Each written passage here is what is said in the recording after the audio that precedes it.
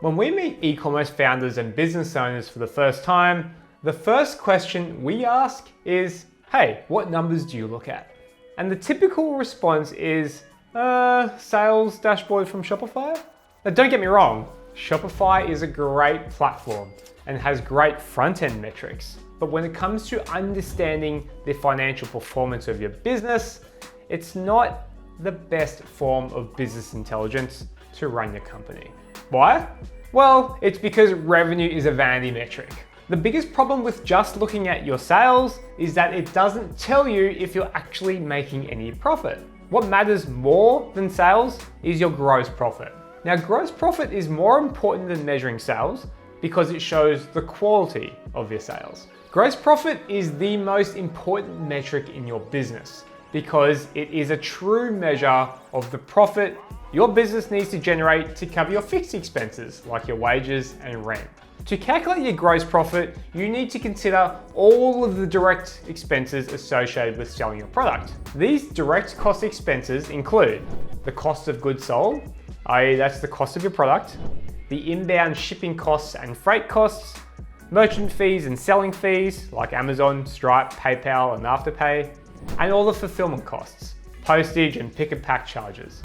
Now, as a rule of thumb, any expenses that are variable in nature, meaning that your costs increase as your sales volume increases, are typically considered direct costs. Now, this is important so we can accurately determine your gross profit margin.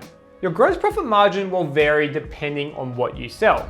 So if you sell commoditized goods or are a reseller of other brands, your gross profit margins could be as low as 25%.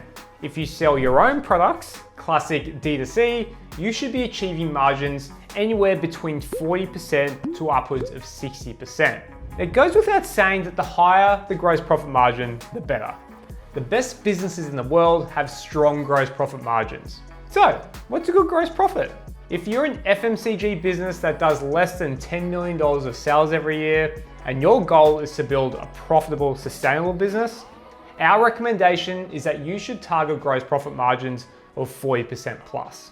If your margins are lower than that, you need to be selling a lot of products to generate the net profit and cash flow your business needs to sustain. Let's look at this graph to demonstrate my point. So this is a fictitious business that incurs $800,000 of annual fixed costs. This graph shows how much in sales the business needs just to break even on these costs at varying gross profit margins. Now, at a 60% gross profit margin, the business only needs to do $1.3 million of annual sales to break even on $800K of fixed costs. At the other extreme, the business needs to generate $4 million of sales at a 20% gross profit margin just to achieve the same result. Now that is a whole lot more effort for exactly the same result.